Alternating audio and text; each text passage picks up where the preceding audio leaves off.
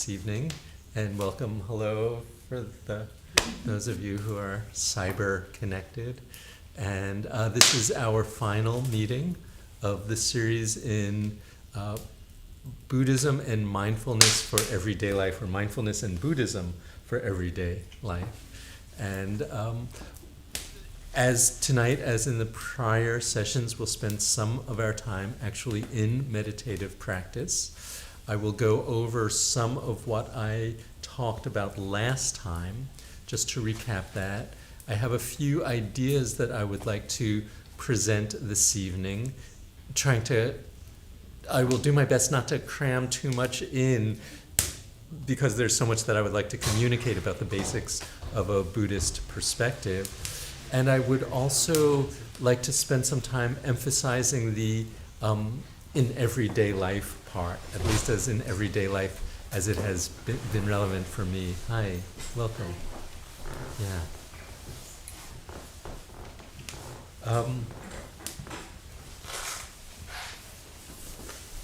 And I don't think I'll recap way back to the beginning.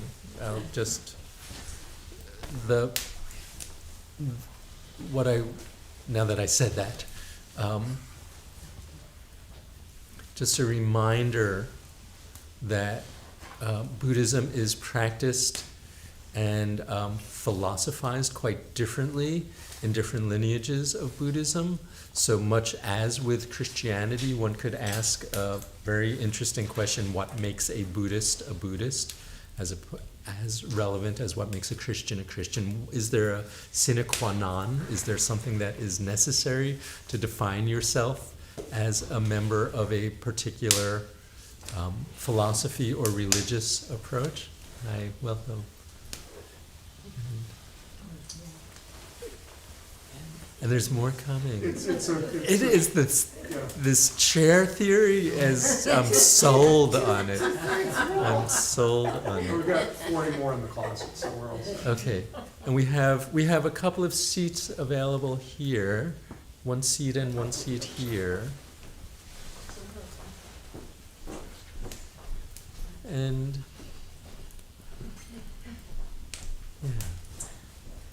yeah. And Buddhism can be considered a religion, a philosophy, a worldview, a psychology, a map of understanding experience, a map of understanding whatever arises within us.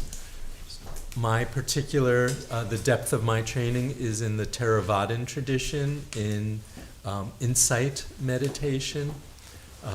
The insight lineage in the United States and Western Europe derives from that tradition. Other great traditions, Mahayana Buddhism, would incorporate Tibetan Buddhism as well as Zen Buddhism, Buddhism as it developed in Japan, China, and Korea. Together they would be considered Mahayana schools. And there are also schools sometimes of Buddhism that are called Vajrayana schools, which involve tantric ideas and worship of deities, or worship might be a bit, people might quibble with the word worship, maybe not, but great images and mandalas and chants and mantras, none of which is present in the lineage of Buddhism that I practice. I think I would like to do just a tad of the didactic review before we actually sit and practice, because it might be irrelevant. There's one or two points that I would like to make about that.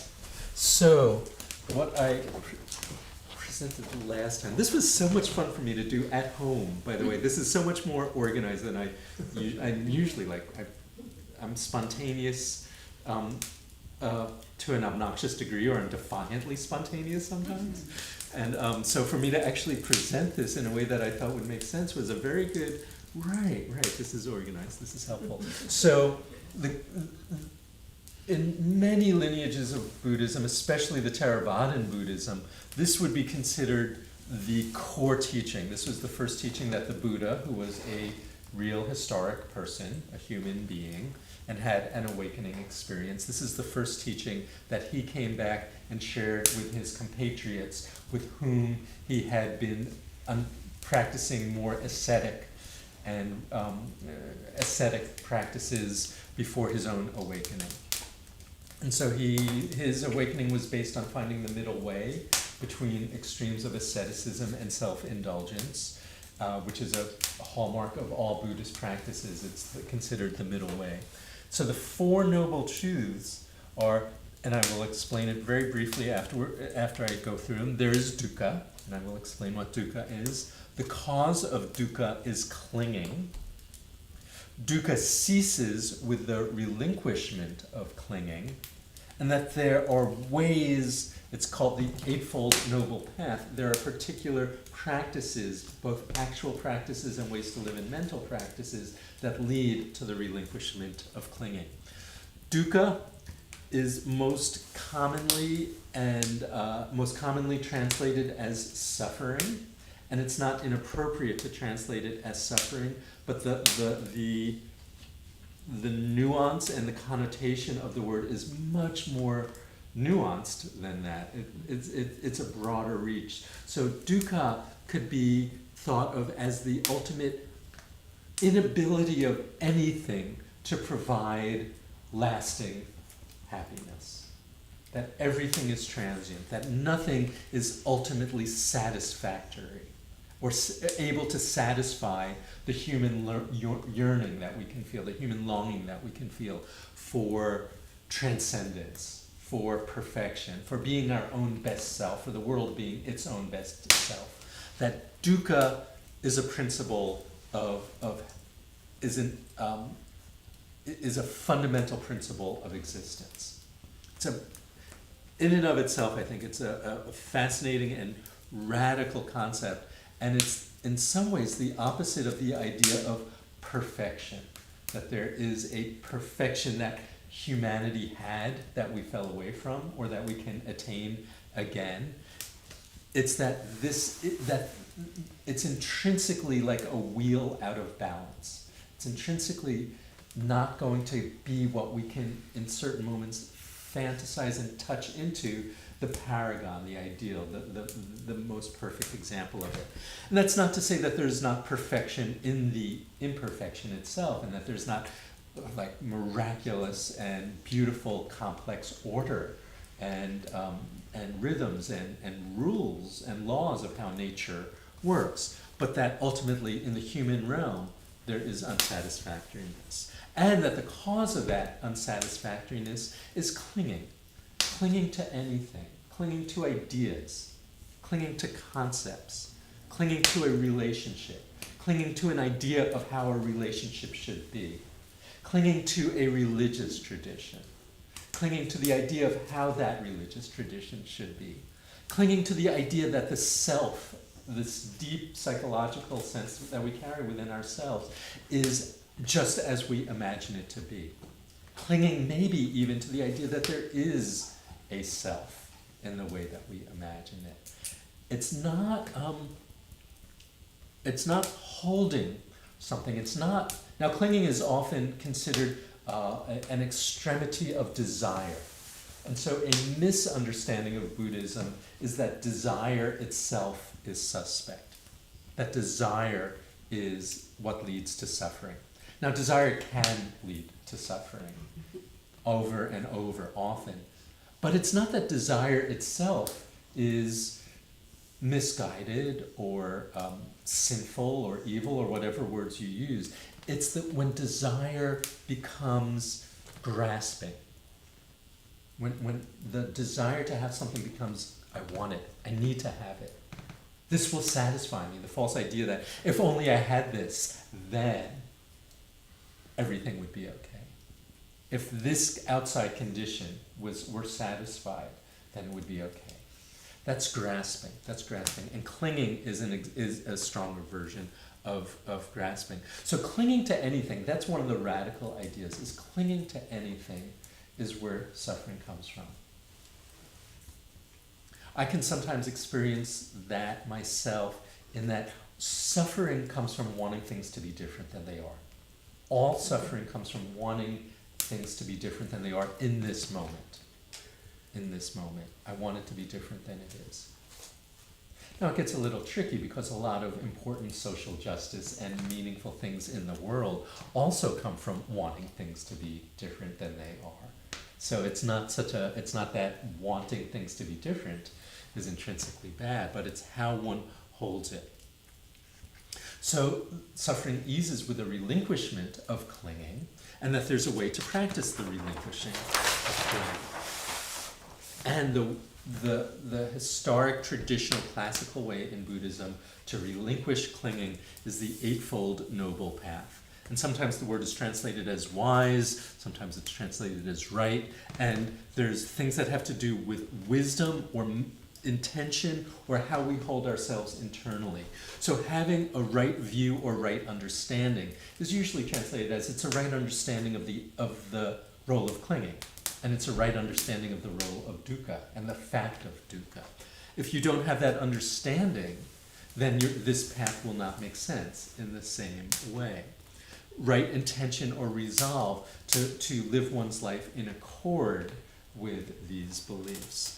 Speech, wise or right speech, a key part of it, how are we with our words?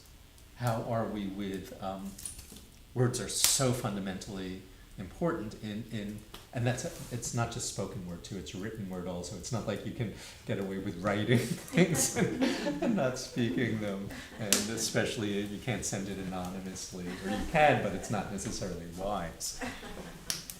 And wise speech is, in essence, refraining from speech that is malicious, or hate-filled, or angry, or gossipy, or ill-timed, and malice, gossip, rumor, and mendacious, and false, spreading lies. Those are the categories of unwise speech, wrong speech, not left speech, but speech that's not considered correct. Right wisdom, right action and behavior and conduct, and right livelihood. How does one actually earn one's way in the world? Is it something that it has ethical, that you can live with ethically or not? The last three are right effort, right mindfulness, and right concentration. And that's where the practice of meditation is so important. It's actually training the mind to be with what arises in a particular way. Most of us not only have an untrained mind, we might be trained academically, and we might be trained in terms of common courtesies and how to behave with one another, but the idea of training our inner world is not even a question that arises for most people. We just think what we think, we feel what we feel. This is what, we're not schooled in it as children nor as adults. So meditation is really a training of being with whatever arises within oneself in a very particular way, paying attention to what it is that usually just runs rampant in our mind and our hearts and our emotions, and cultivating that. So I want to, there's too many things on here to, this is like, but each one was too short to put on its own little piece of paper, I thought. So right now, I want to highlight just a few of these. And the first, I think I mentioned this in one of the very first sessions that we met, perhaps the introductory session. That was after the service, service back in February, is, at least in Theravadan Buddhism, it's considered that there's three main pillars of Buddhist practice. Dharma is the teachings of the Buddha, the law, the way things are, sometimes translated as nature, just the truth of how things are with observation. And the three pillars are dana, sila, and bhavana. And dana is the Pali word for generosity, sila for ethics or virtue, and bhavana for mental cultivation. So what's valuable about that, or not valuable, but what's most relevant about that is that whether one embraces Buddhism as a religion or a philosophy or as a way of life, it's all-encompassing. It doesn't start with meditation practice. Historically, in Asian countries where Buddhism is more indigenous to the cultures and has been in the culture for so long, meditation is not where it starts. It starts with generosity and ethics, practicing generosity and ethics. It's just in the West when what's caught on primarily about Buddhist perspective in the West is primarily the mental cultivation, the development of mindfulness or the development of other meditation practices, all of which is wonderful. I think one could enter in anywhere. The caution is that developing one's mental facilities in the absence of how one is living in the world is irrelevant. It doesn't, it's not, it's falling short of it's a holistic package. It doesn't help you to become a really skillful meditator in that you can attain exquisite states of quiet and you're still a jerk. That's, or whatever word you want to use there. I usually use for myself, a more colorful Yiddish word, but I'm not going to use that in this moment. So it's really like the mental cultivation is a beautiful part of it, and yet it's meant as this is a way to walk in the world. This is a way to be in relationship with what comes up in oneself, but it's a way to walk in the world. Typically, throughout Buddhism, there are three refuges. The triple gem, the three jewels, are Buddha, Dhamma, or Dharma, and Sangha. Buddha, and one can interpret these in very orthodox ways, in very narrow ways, or in more open ways, as in any, certainly within Christianity, there's such a wide range of ways of interpreting the same stories. So Buddha, it might be a belief in the historical Buddha, a human who awakened. Buddha is awakened, the awakened one who has awakened. Or taking refuge in Buddha might be, I take refuge in the human capacity to awaken. I take refuge in my capacity as a human, that this is within me. We all have Buddha nature, that this is within us all.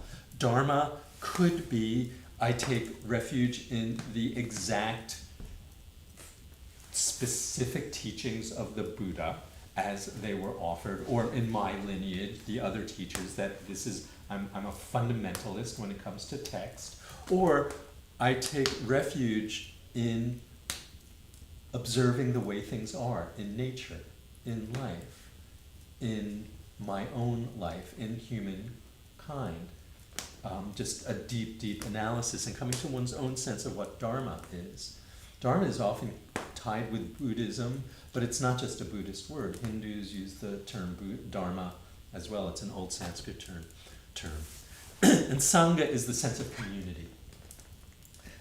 And again, it could be very constrained. It could be, these are the people in my particular monastery, with my particular teacher, and we are Sangha, or Sangha is a community of like-minded people, a community of like-minded, inquisitive explorers, and that's where Sangha is, and Sangha could be held very, very broadly. These two, I want to talk about these also before we actually sit, because they're, and I've mentioned them, but this is quite relevant to the teachings. And some people would say that the three marks or the three characteristics of all existence is as important an organizational teaching as the Four Noble Truths. And when I say the organizational, it's the way to organize one's experience as a Buddhist practitioner. That this in and of itself could be a lifetime of practice. Could you say what they are, because I can't read them? Yes, I will. Thank you. So the first one, and these are the Pali words for them, and the first one is anicca, which means impermanence. So I'll say them and then I'll say a little bit about all of them. Dukkha, which I already mentioned as the first noble truth, is the ultimate unsatisfactoriness of everything, and anatta is that there is no sense of self or soul as the way that we often think of either one of them. So I'll spend just a moment on this. Of the three, for most of us, impermanence is the easiest one to get cognitively. We all know this. We all know that everything is impermanent. And it raises a very interesting question about what does it mean to know something? Where do we know that? How do we know it? Because the teachings are very clear that if you actually lived this, if you knew it in the fundamental way that everything is impermanent, nothing is solid, things are always changing, that in and of itself is enough to awaken. It's not just our lives that are impermanent. It's every moment is impermanent. Every mindset that we touch into is impermanent. And even things that we think are unchangeable and immutable, if you look at them with a more fine-tuned lens, it's always moving. Everything is always changing. Micro movements. Pain, physical pain, which is a terrible suffering in life. And if you're somebody who lives with physical pain or experiences physical pain, one of the teachings is actually, if to the extent that you're possible, to be with it, not to tighten it in response to it, but to be with it and start to notice that it changes moment by moment. Now we all have a point beyond which it doesn't matter that it changes moment to moment, that it's just pain and it's just difficult and it's suffering and it's hard. But if it's workable, you can say, oh, you know what? It stings less. Burning changes. Where does it stop? Where does it start? Everything on micro inspection is impermanent. Every moment is constantly changing.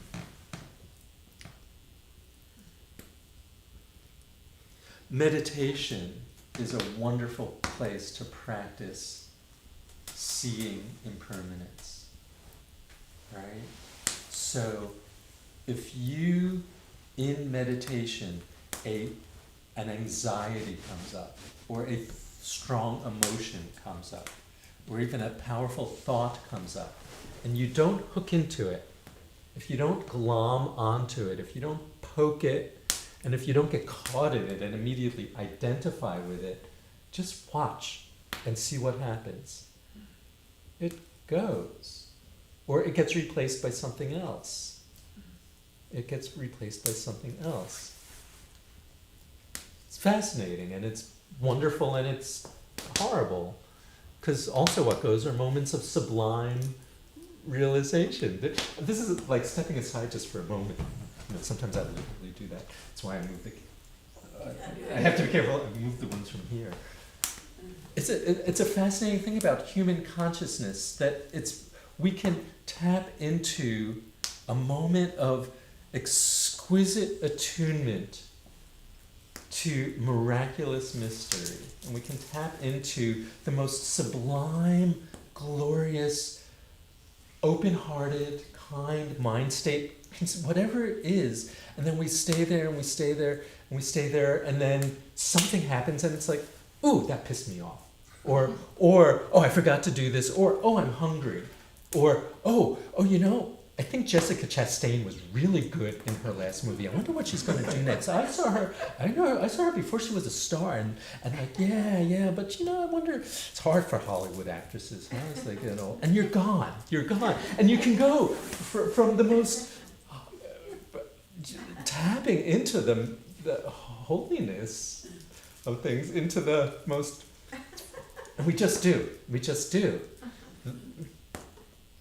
Awareness doesn't care what we're aware of. From a Buddhist perspective, awareness just is, and everything arises and falls within it. Anicca, impermanence. Dukkha, as I spoke. Constantly coming back to the idea, this remembering that, right, this is not going to deliver the satisfaction that I hoped it would be. This job, things that we often start things and think, this is going to be it. This is going to be it. And things disappoint.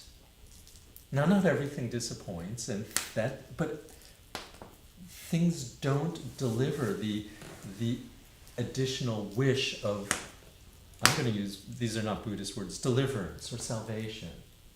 That there's this human longing, a human yearning, a human hope that, this is it. I'm going to be my own best self. I'm not going to have to be me anymore. Or I finally found the right partner, person, friendship circle, community, anything. And it's like, oh, it doesn't stay. It's too good. It's not to say that ultimate satisfaction can come from within. Something can come from within, but it's paradoxically holding the truths rather than that there's going to be something that's going to change me.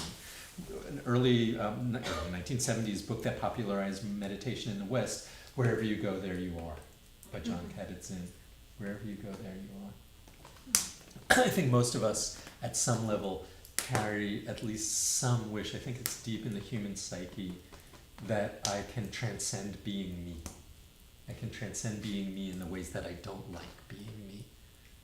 That I can be, and that's not to say that we can't all be better, more moral, more kind me's, but it's not by escaping who we are. It's not by escaping who we are. Anatta is the hardest to get intellectually or in our gut, really. Anatta is both, usually these days it's talked about specifically as not self, and it also has an older meaning of not soul. And in the not soul, it's specifically talking against the idea that there is something immutable and definable that transcends our human experience, that is unique to us. Now it gets complicated. I don't have a great philosophical understanding of it, as it has to do with karma and repetition of lives and rebirth and reincarnation. But the core teaching at first was that there's nothing in us that exists in this way outside of our senses and our thinking and our heart and our human capacities. But it also means that the way that we think of ourselves so fundamentally as I know, it's the most intimate feeling and idea and sense that most of us have, is that there's a me in there, and that there's a cohesive, organized me. And sometimes we might do things that feel like they don't match it, like, well, that wasn't like me at all. Well, we certainly say it about other people sometimes, but like, where did that come from? That's not me. And we always, not always, but we often project onto people, oh, I would never do that. I don't behave that way. I'm not like that.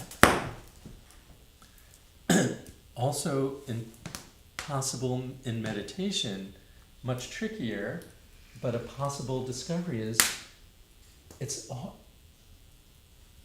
the sense of I is always shifting. It's always shifting. The I that's speaking, we all have contradictory thoughts and feelings and ideas and beliefs at different times. So this is also a very current, common psychology idea that there's not one basic self.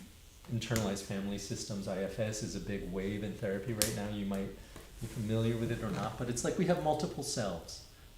There's many different self states, energy states that we have. Buddhism would have a different language for it, but that there's not a core sense of an immutable, intact me that travels from moment to moment, situation to situation. Hard to talk about, hard to grok. Grokism, the word from Robert Heinlein, which is like an intuitive knowing something. But worth worth sitting with, worth a kind of question worth holding rather than rushing to an answer. And the other point that I think is relevant in a very basic way is that there are 3 core toxins in the human realm. And the 3, now this is, they're sometimes called toxins, sometimes the word is used taints or defilements, the kaleshas or kalesas, it's a Sanskrit or Pali word. And that the idea is that humans are basically good in a moral sense, in an ethical sense, in a sense of purity, in a sense of being part of nature and part of, I would add that, I don't know if that's in the old teachings. But that there's 3 poisons in our realm. And the 3 poisons are greed, hatred, and delusion. And the Tibetan perspectives add envy as well, pride and envy, an arrogant sense of pride, not a sense of I did good, but an arrogant sense of pride. I think envy could be kind of understood as a mix of greed and hatred and delusion. I think it's got elements of all of the others at different times. Greed, one thing that's, a couple of things that are relevant about this is these are talked about not, they are there or not there. This is my understanding of they're talked about. So it's not like greed greed is greed in its essence. Like the greed is there or it's not there. Greed is there, it's not there. There's not extreme greed. I'm saying all this cautiously because the words are the same for it. So it's not greed on a continuum of greed, and that a little greed is okay and a lot of greed is not okay. There's greed. Hatred, aversion. It's usually hatred or aversion, judgment. It would be considered part of hatred. Hatred is the most extreme form of that, but aversion is no, and I'm repelled by this, and I'm repulsed by this. Again, there's room for moral repulsion, of course. And delusion is, in some ways, the most fundamental of it, and delusion is not seeing things as they really are. And not seeing things as they really are is not seeing the 3 characteristics of everything. So the delusion is that you're not seeing things as impermanent, and you're not seeing things as incapable of ultimately satisfying, and this a rigid idea that I exist and I am a separate, autonomous being that's invariant from moment to moment. So the 3 poisons actually are, these 2 relate to one another pretty specifically. Okay. It's all breathe and shake, and that was, yeah.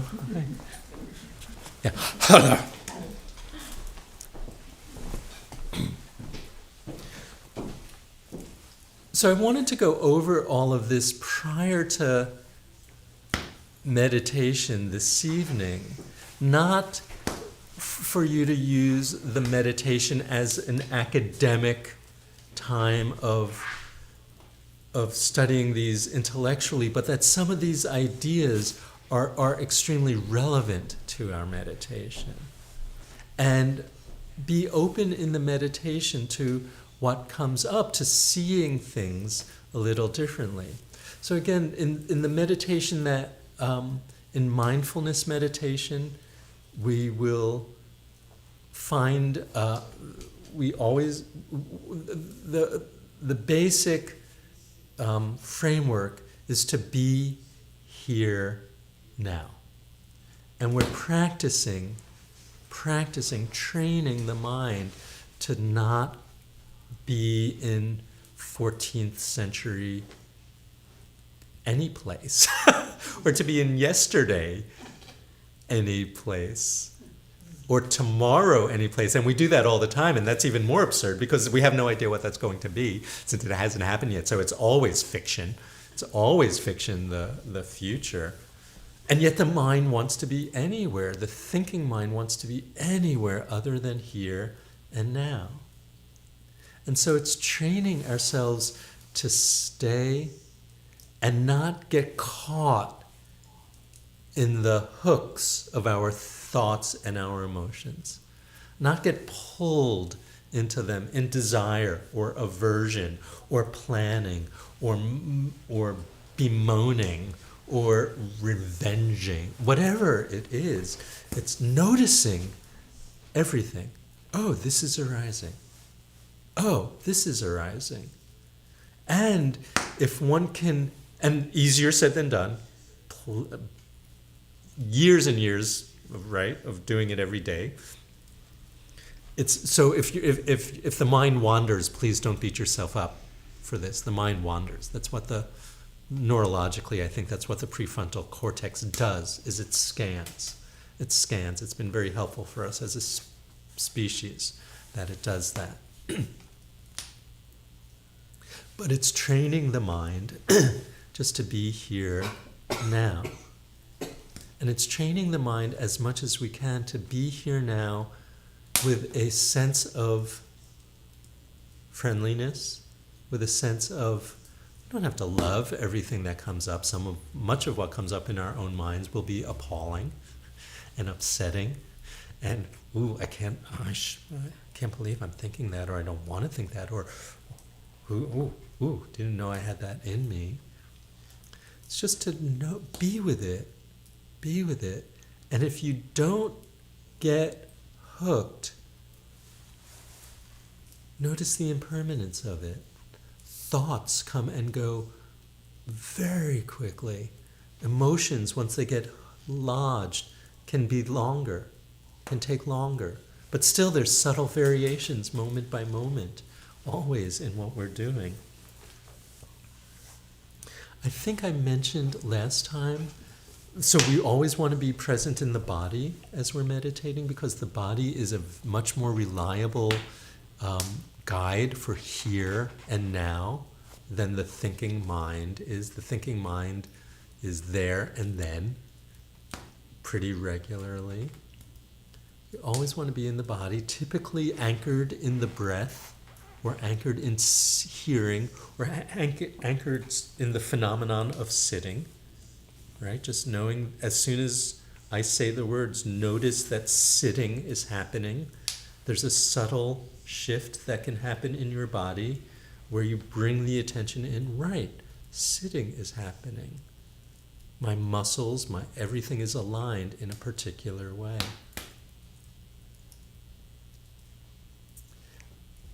There are, in the classic teachings of mindfulness, there's 4 foundations of mindfulness. The body is the first foundation. It's the root of it. Most people, again, focus first on the breath, because the breath is available. The breath is just going to do what it's going to do. You're not trying to manipulate or change the breath at all. So the focus is on the body. The second foundation of mindfulness, which I believe I spoke of last time, is called Vedana, or Vedna, or Vedna. And it's noticing right away with whatever arises, whether it's pleasant or unpleasant, nor neither pleasant nor unpleasant. It's noticing very quickly with almost all arisings, usually quicker than we catch it. There's this sense of, this is pleasant, or this is unpleasant. Typically, if it's neither pleasant nor unpleasant, we're not paying attention to it. It doesn't interest us. And part of the value of keeping this in your meditation repertoire, so you can focus on it completely, or you can just let it be there when it arises, is that that's where we get hooked. If things are neither pleasant nor unpleasant, we don't get hooked on it. It comes, it goes. We don't care. It's part of the vast majority of stimuli that we take in that we're just not attending to. We get drawn to where, it's pleasant. I want more of that.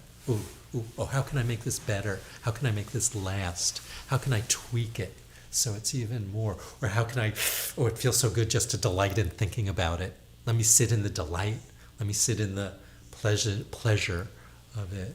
And we're gone. Not that pleasure is bad in the least, but it takes us from here and now.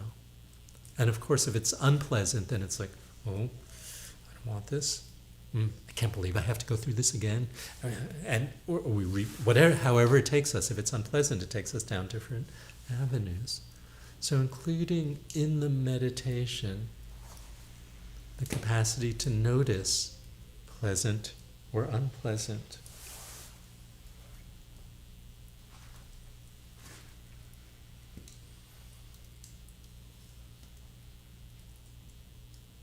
And so we're going to sit for 15 minutes. I will keep time. And again, it's recommended in your body that there be something upright in your posture, if possible, so you don't get too sleepy. You want to be comfortable. Relaxation is very important, but you want something somewhat upright in your posture, if that works for you. Hands in this tradition, it doesn't matter. Hands, palms open or down or together. Eyes closed if that is comfortable for you.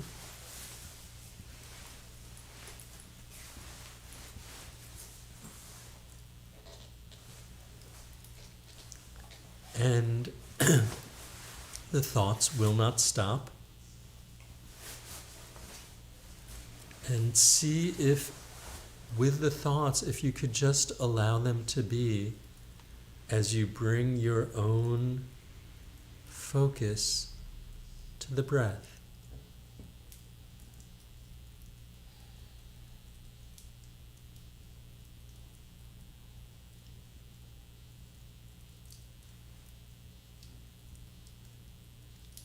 If the mind wanders, it's not a problem. Just with gentle persistence, we bring ourselves back to this moment, anchored in the body.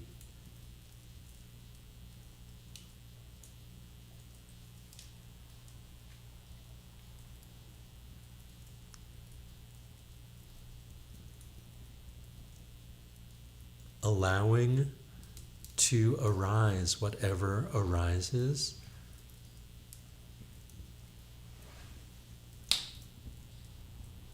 And allowing it to pass as is its nature.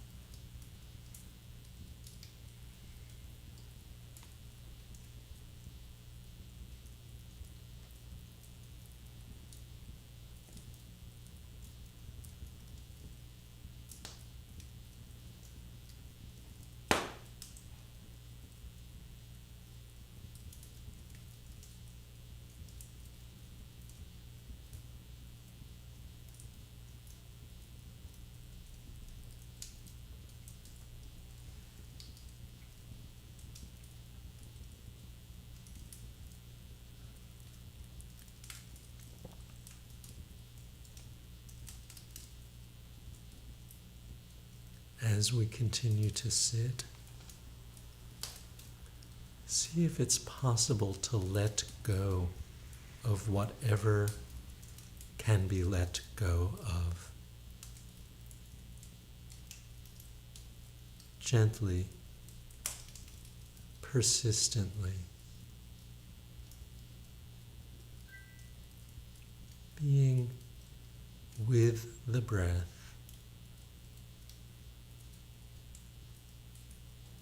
being here,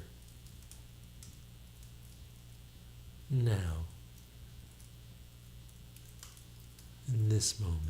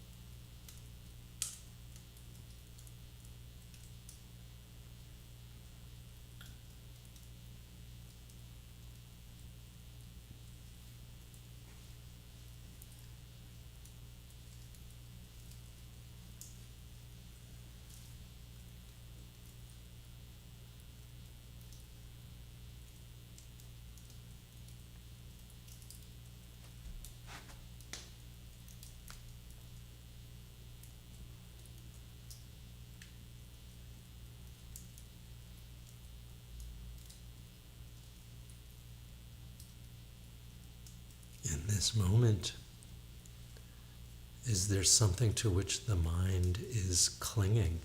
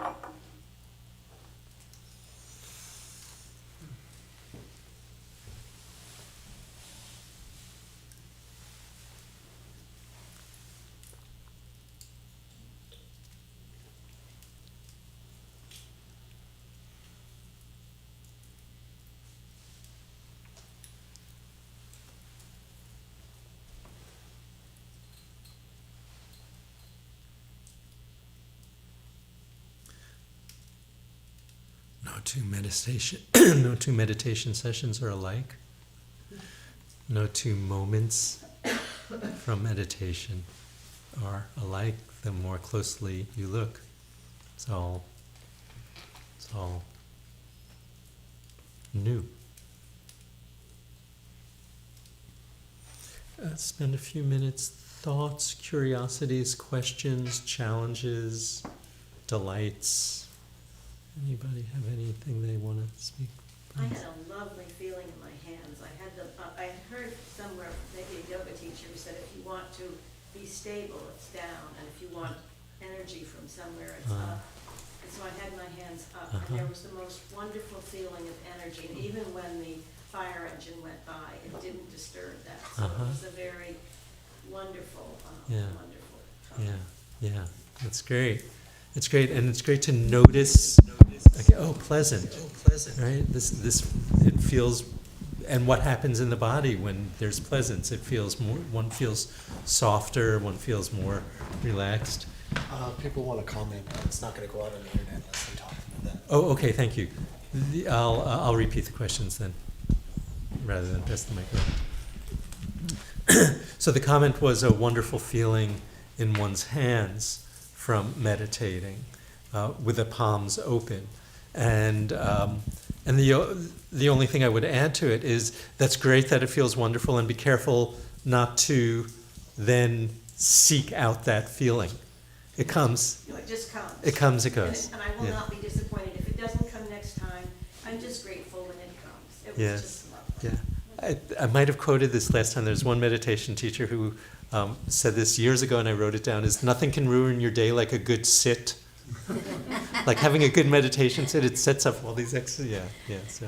Other comments, observations, curiosities? Well, I did start out, Please, because I thank had you. a fall this week.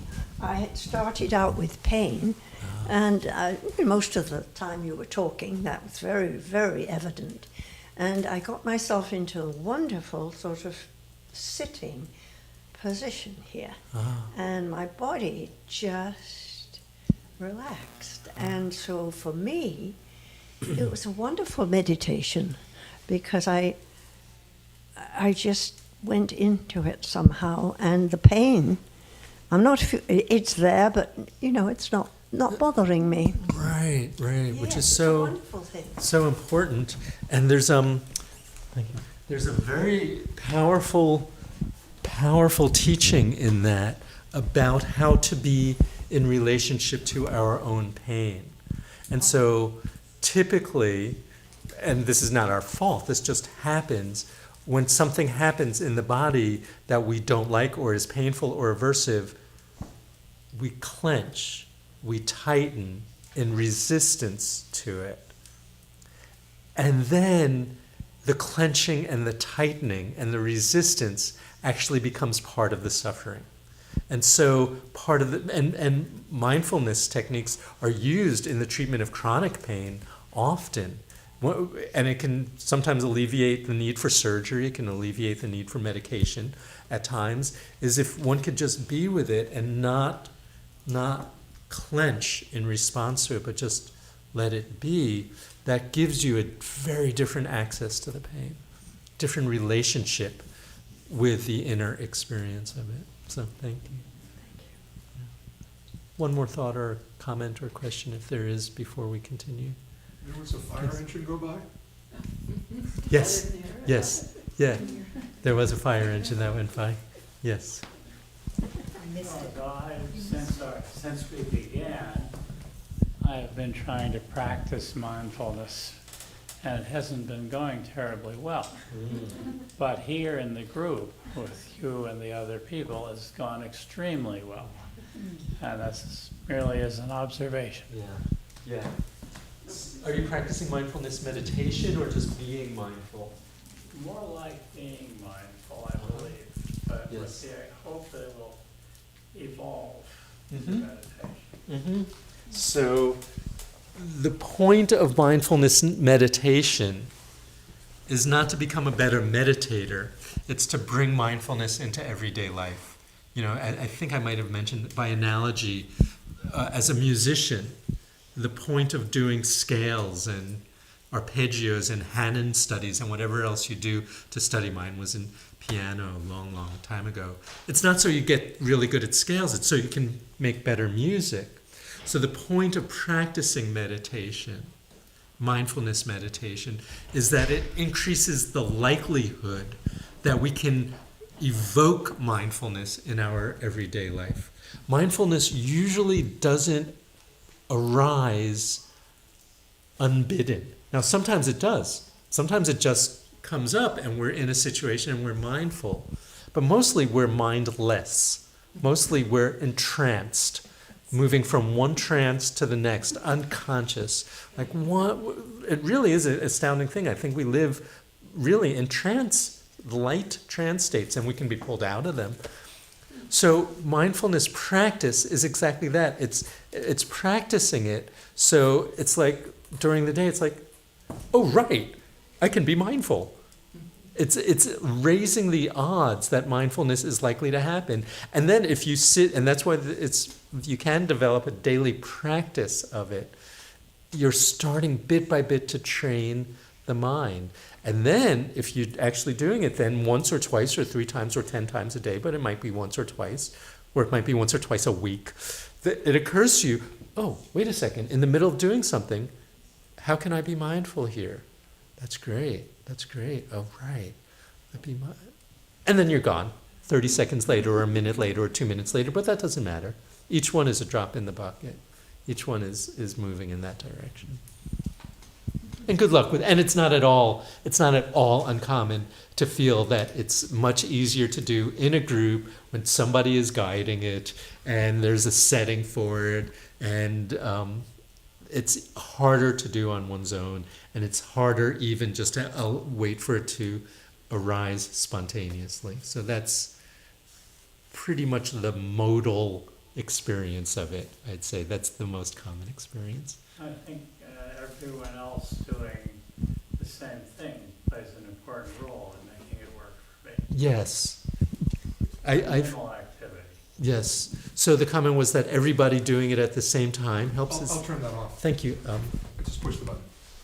It's still lit green. Now it's off. Now it's off.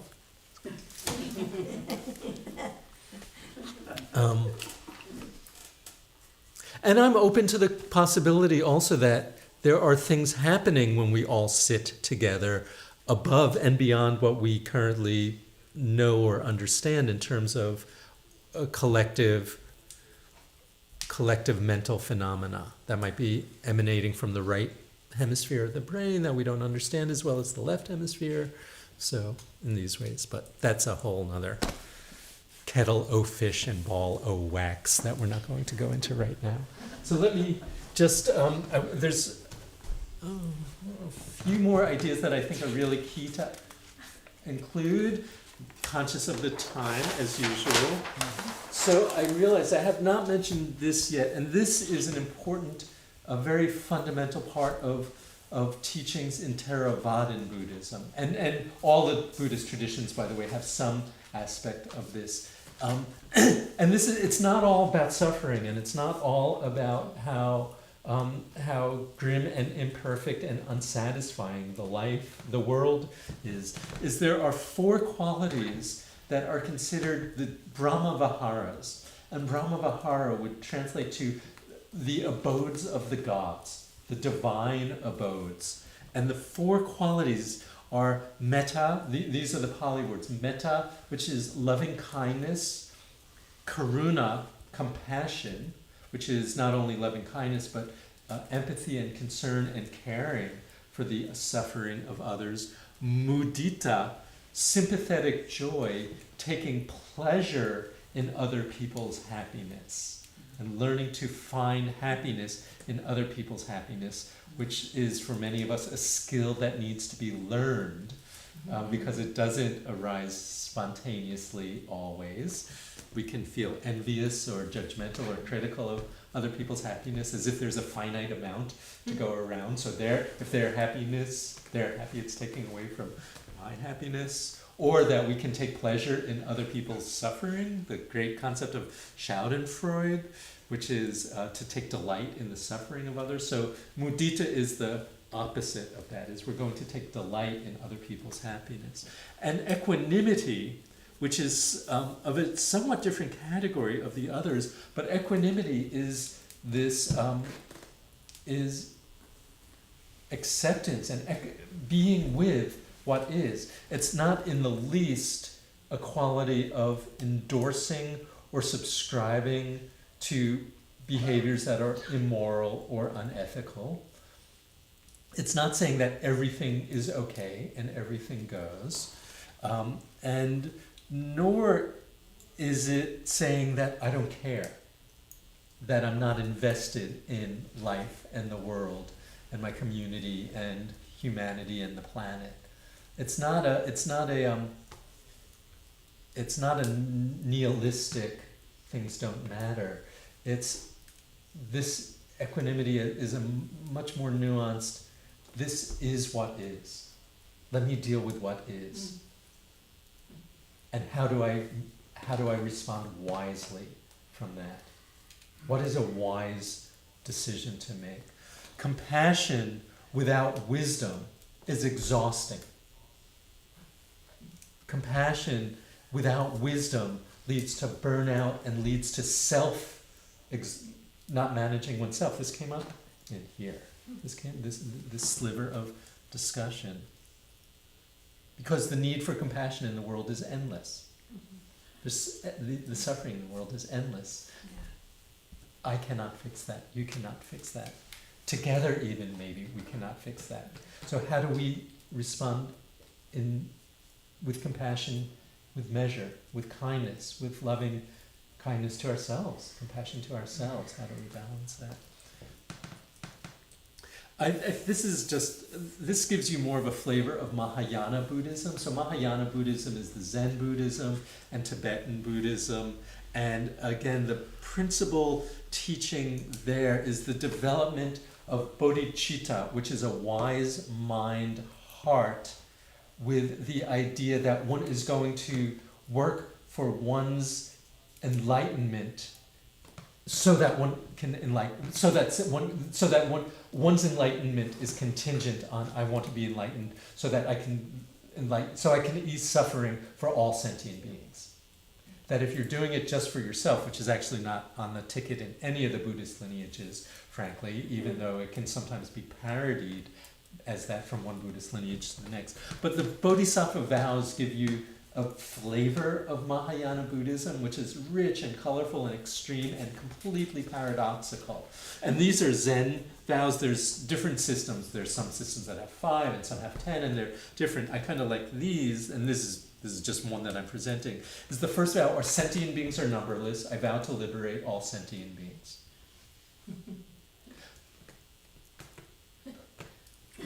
Where do you go?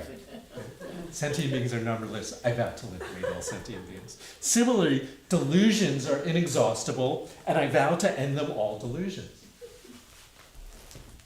Dharma gates, this one has a somewhat different feel. I think Dharma gates are endless. I vow to enter them.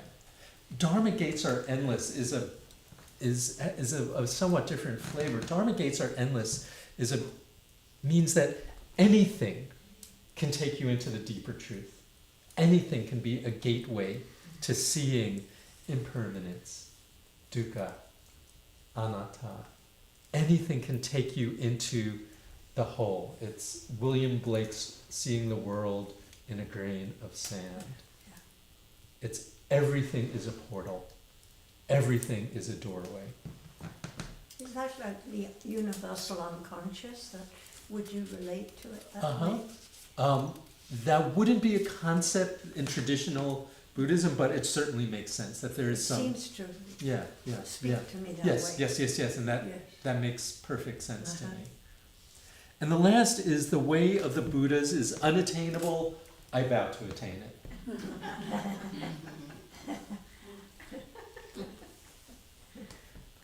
So from one perspective, what I think the first thing that's noticeable about these vows are just how they don't go halfway, right? These are I vow to liberate all sentient beings, and all sentient beings are numberless, infinite, endless. It's not about achieving it. Arguably, it can't be achieved. Arguably, there's nothing to be achieved. It's the commitment over and over about not the destination, but I'm going to live this moment by moment. This is how I'm going to live. It's divesting oneself from the outcome, from the response of where one is heading. It's just living it over and over. That's one way to understand the koan of it, the paradox of it. Okay, and I also there's three other concepts that I wanted to mention because it feels like it would be incomplete to do an introduction to Buddhism and not to talk about these, because these are three central concepts that haven't come up yet. The first one is karma. So karma got mentioned in here several weeks ago in a great question. And what I would say about karma in the next 45 seconds is that karma is a very complicated and controversial and easy to pretend it's not there kind of aspect of Buddhism, because it can be challenging to understand, and it can be challenging in a larger ethical framework as well. Karma, in its most simple form, means action. Karma is action. And the teaching, the idea, the principle is that every action has repercussions. Every action that we do has repercussions, including mental actions. Now, they don't have repercussions in a way of voodoo necessarily, or that I'm going to magically make something happen. It has repercussions in that if you want apple trees, you plant apple seeds. You don't plant birds of paradise seeds if you want apple trees. Now, just because you're planting apple seeds doesn't mean you'll get an apple tree. So it's not like if I do this, then this will happen. But if you want this, then you take the actions in that way. Similarly, one of the Buddha's teachings is that which we think about and that which we ponder becomes our inclination. And our inclinations become our habits. So what we think about actually matters. It shapes our own way of being in the world. This is not classic Buddhism, this is more Schwartzberg. But life, and I might have said it here already, but life will offer you endless opportunities for embitterment and disappointment and resignation and giving up. It's an abundant universe, right? There's no shortage of those possibilities. If you feed bitterness, bitterness takes root. If you, the way that I hold this, which is more New Agey than what the Buddha said, is that which we feed grows. If you're feeding something in yourself, be careful of what you feed in yourself. And I don't believe this all in a magical way. I was not a big fan of whatever idea was that was popular a few years ago. Like, you just have to think good, whatever, I can't remember what it was. It was very popular for a while, right? The world, ourselves, everything, morality is so much more nuanced than that, and complicated and contradictory. But that which we feed grows. If you want inner peace, feed peace. If you want compassion, feed compassion when it arises. It's the teaching story. When I came here at the end of February, The story that was offered from the pulpit, you used the phrase that was, I have two wolves in me. Which wolf do you feed? Which wolf grows? The wolf grows the one that you feed. You can feed bitterness and resentment and self-righteousness and I'm right and hatred, all of it. You can feed that. In many cases, understandably. It's understandable in this world to have those feelings and reactions and convictions. What are you feeding? Paying attention to what are you feeding. Shunyata, emptiness. So emptiness is present, the idea of emptiness is present in every school of Buddhism, and in the Mahayana schools, it's a central teaching. It's a central teaching. It's a fascinating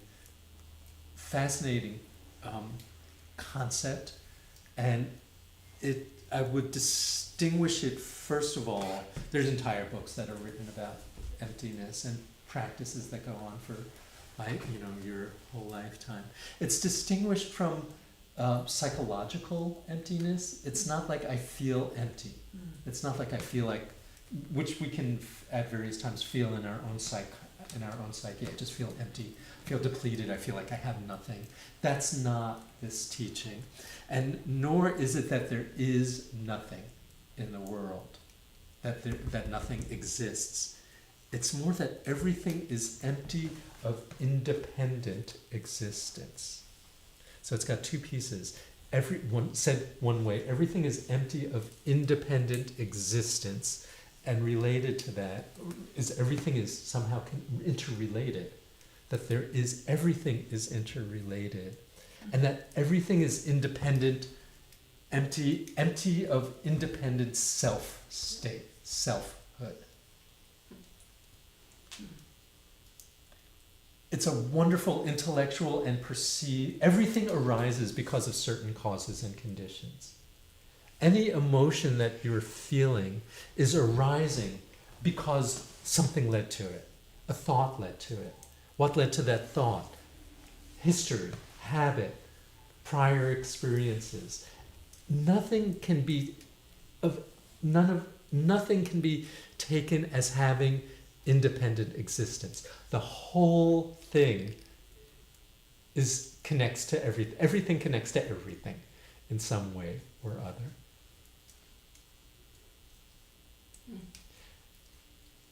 Not Buddhist, but a very related concept. Oh, yeah, it's coming. J.D. Salinger. In one of I was going to have to ask about it, but J.D. Salinger, and I can't remember which story it was, but in one story, somebody might be able to quote it exactly. It's somebody is watching his sister eat a bowl of cereal, and basically what he says is, all I saw is God pouring God into a bowl of God. Now you could do that same thing without the word God in there. And you can include the word God if that's comfortable for you. But nothing can be separated out. Everything has to be ultimately interrelated. Fascinating concept. That's true of ideas, it's true of emotional states, it's true of anything in the material world. How did this get here? How did this get here? What is this? Is this a bench or is this a tree? And is it a tree or is it a seed? And is it a seed or is it water and sunlight?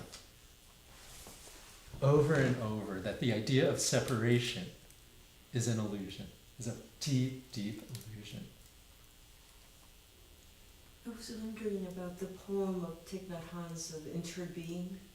If that's an example. That would, yes, and I don't know, yes, right. The whole concept, Thich Nhat Hanh's whole concept of interbeing would be an example of emptiness. Of empty, everything is empty of separate existence. And it goes so well with non-self. And non-self too, right. And this goes so well, that's what I'm saying. Yes, yeah. He once drew a big circle and he said in the West this is thought of as zero. and in the East, this is everything is contained. Uh-huh. Yeah. Yeah. Nibbana, nirvana is the way that we usually use the word Sanskrit. Nibbana in Tibet, in Theravadan Buddhism is the awakening. It's what we usually think of as reaching the state that we've moved, where we see things as they really are, and we've shed our delusions, and we've shed our toxins. Most carefully, it would translate to the word extinguishing. And what we are extinguishing is... Nope, we're not extinguishing that. We're extinguishing greed, hatred, and delusion. So it's a fascinating idea of what enlightenment is, or what awakening is. It's not that we have to attain something that's magical or not already there. It's we have to shed our delusions, and we have to shed our hatred, and we have to shed our greed. And waking up is simply a process of letting go the poisons, letting go that which is not necessary. We have 3 minutes for Well, we questions. kind of rolled in late. I think we should give you a little bit of extra time if you feel. No, I'd like to. The only other thing that I have prepared to talk about is what this has all meant to me in my life, but I'd rather hear from you. Your questions. And if you wanted to ask the question, what this has meant to me in my life, I will take that as a question. But do you have curiosities, and do you have... I have a little trouble with the non-soul. Mm. I'm a little stuck there Mm-hmm. because I feel that there's some powerful, it's a sense of self, but it's also it's something emotional. So I wondered if you could elaborate a little bit on that so that I can go there. I understand about, having studied psychology more than Buddhism, I understand about the ego and so on, but the soul, it's something different to me. Mm-hmm. It's very deep, very... Yeah, so I have 3 responses to it. yeah. The first response is it feels like such a deep and personal belief that I'm not personally, it's not mine to comment on whether there is or is not, and who knows. The second thing is the Buddha was very clear in his teachings that there is not, he explicitly taught that there is not some concept of a soul. Now, his exposure would have been the concept of Atman. In the Vedic traditions, Atman, A-T-M-A-N, and that there's not some entity that travels from lifetime to lifetime, and that there's not some core thing that is animated in life after life, and that he explained human phenomena differently.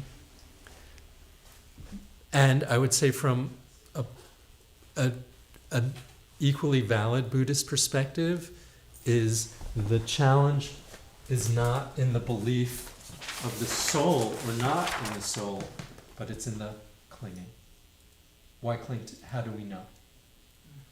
So I think a lot of this is, I don't know, how can this be known? This may be, this may not be. That to me is a very honorable way of holding phenomena that are mysterious. I don't know. It might be, it might not be, I don't know. Who knows?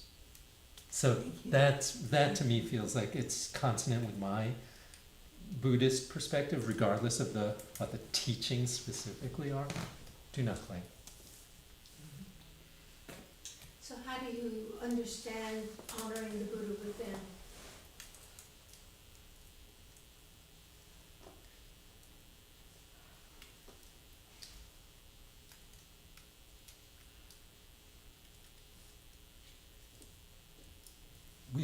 have the capacity to see the workings of our heart and mind in a way that we don't usually see it if we don't train ourselves to. So the finding the Buddha within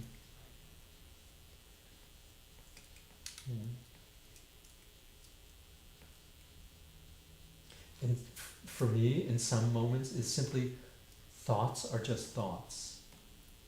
Feelings are just feelings. They're not my idea of myself is just the idea that I have the idea of myself.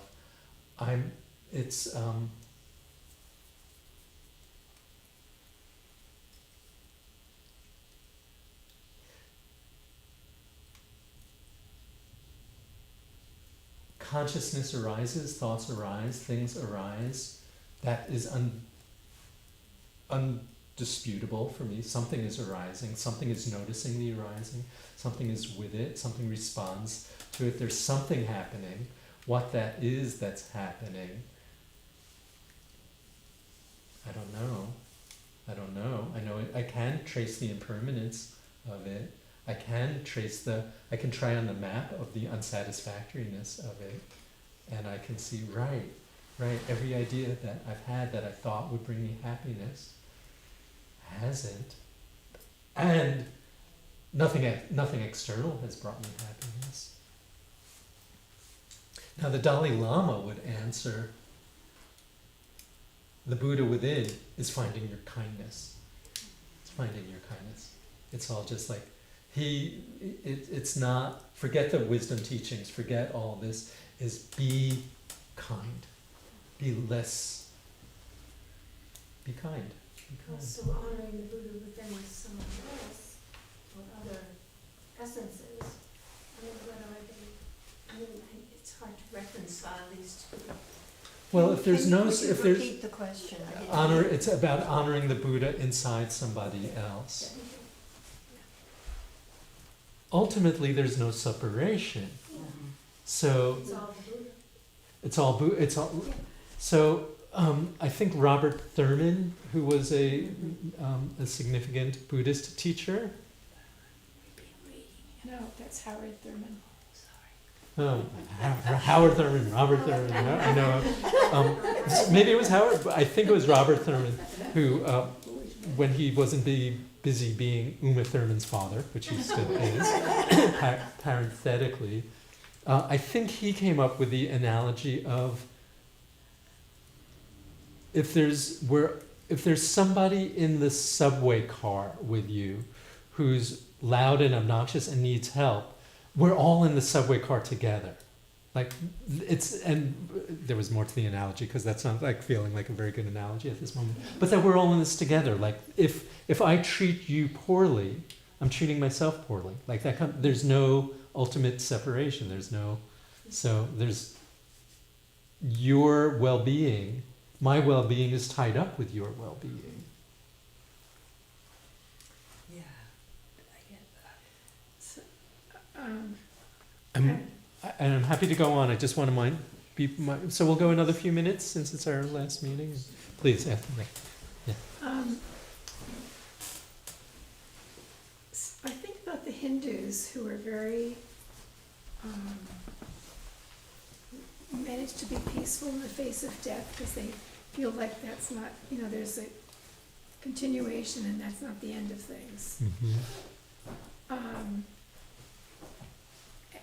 not sure I understand what Buddha says about that.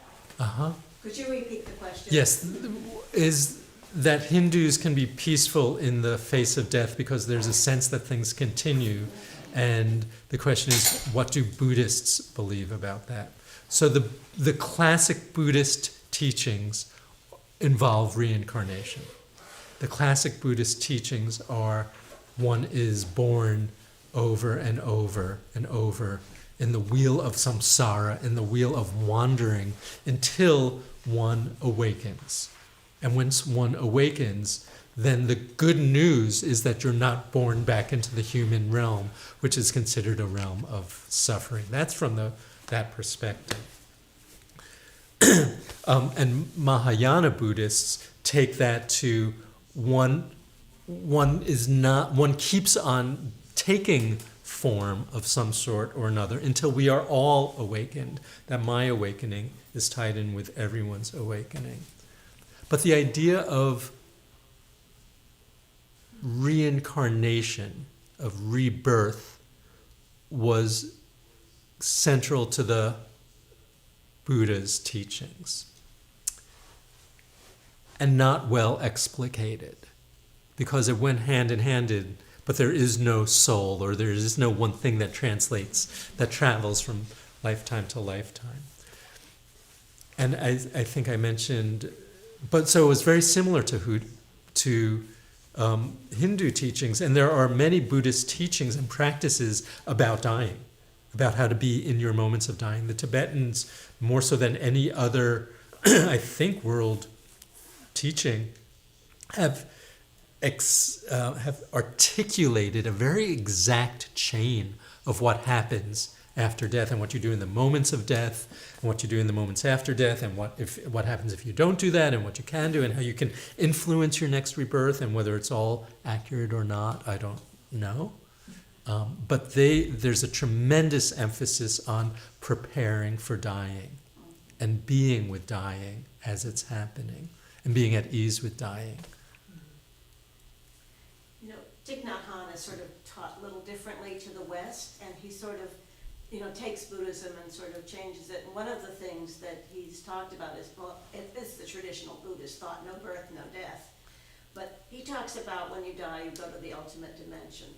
And I like that because we don't know. And I don't like personally, I don't like all these made up by humans thoughts. But the ultimate dimension, to me, is we don't know. Mm-hmm. It comes back to the who knows.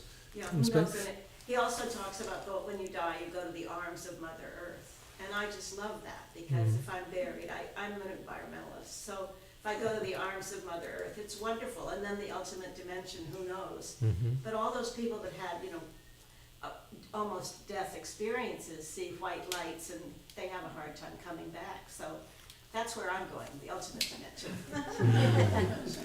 Please send a note when you get there. Send a text. And many modern Buddhist teachers will look at the teachings of karma and say it's irrelevant to look at whether or not there's rebirth. We just don't know. But karma still applies. Again, that which we see, that which we reap, we sow. That which we feed grows. So that you can believe that or not believe that, and you can test that out in your own life. But the traditional Buddhist teachings are, many reincarnations, many reincarnations, circle. But you have no soul. But you have no soul. Yeah. I'm having a hard time grasping. Yes, it. right, yeah. I was, yes, right. So what is it that gets reincarnated? Yeah. Now, I don't see how you can be reincarnated if you don't have a separate, if you don't have a separate soul, and you're not supposed to have a separate soul. So that's why I like Thich Nhat Hanh going away. I think, right, I don't know how it's answered, but right, but that's the dilemma. Now, it might be that there's a pattern that gets replicated over and over, but the pattern itself is just a pattern. It's not there's no intrinsic being in that pattern. There's a print, that goes with you over time. But still that print doesn't have a separate self above and beyond the print. Now, is that print the soul? Could you tell us how if there this is has a soul? mattered to you in your life? Why, thank you for asking that question. Can you do it? I can do it succinctly, yeah.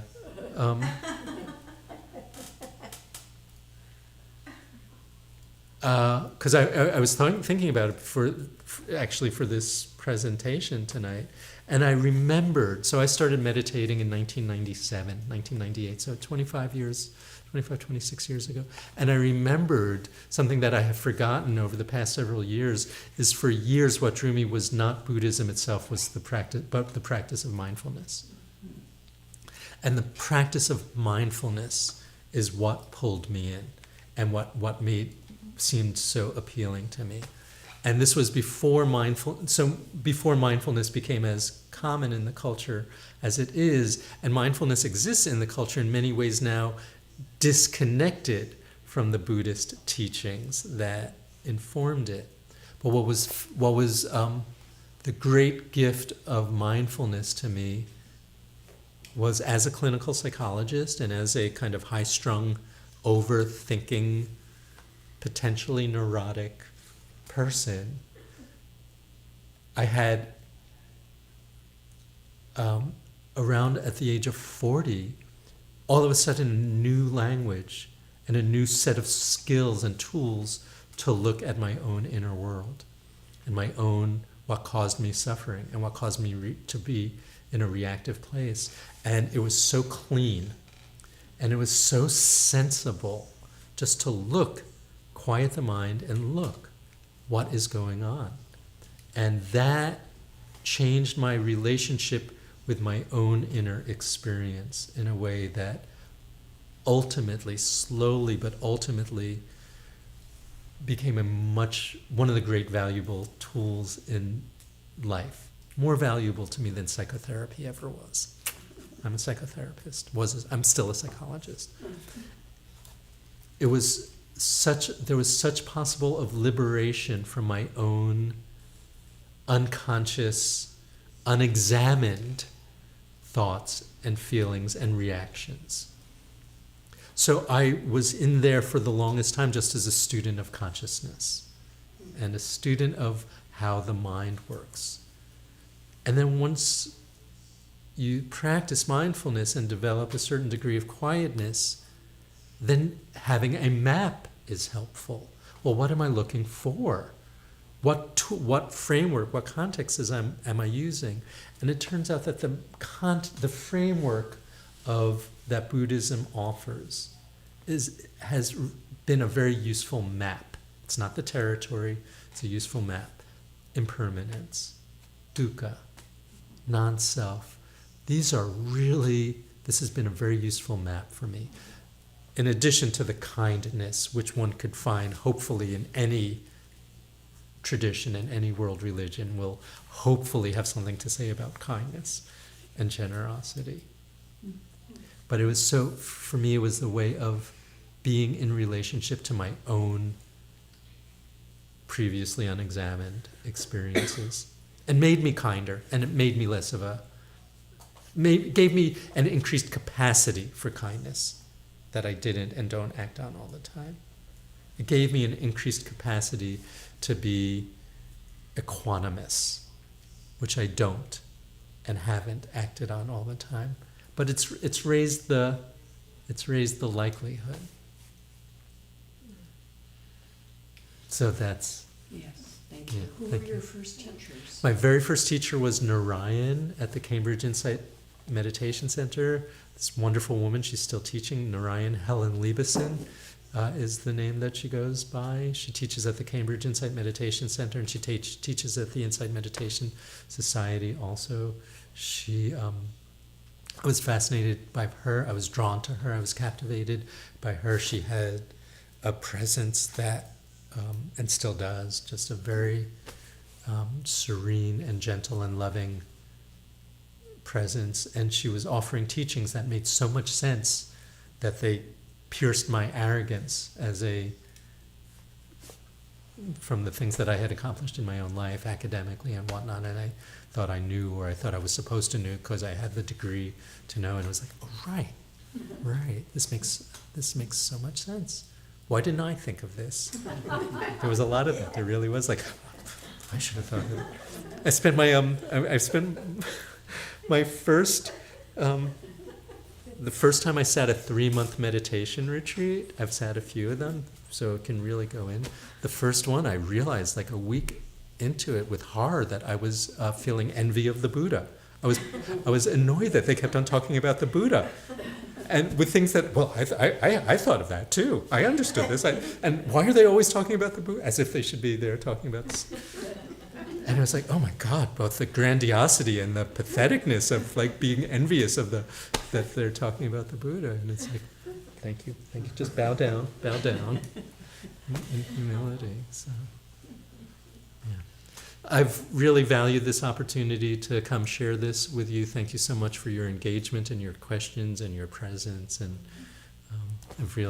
it's been a great opportunity for me to organize my own thoughts and reactions and responses in this forum. So thank you. It's great to have you very much. Yeah, thank you. Yeah. I'm glad I got the succinct summary in this one too, because I didn't make every session, but that was like. Yeah, Yes, this was really very nicely distilled. yeah, good. I mean, it was good to get the repetition very helpful. Yeah, good. Yeah, I'm just thinking about your sheets of paper, we put them between two covers. Oh, well, if you wanted to, you could photograph them and do something with them at the congregation. I'm going to hold on to them Yeah. now that I've done them. So, yeah. Yeah, I'd like to hold on to them, but you're welcome to. Yeah, with that. Well, they're in the cloud somewhere. Yeah, they'll be in the recording too, right? They'll be on the recording Yeah. too, yeah. Captured, you know. Yeah, Sarah knows what they are. Right.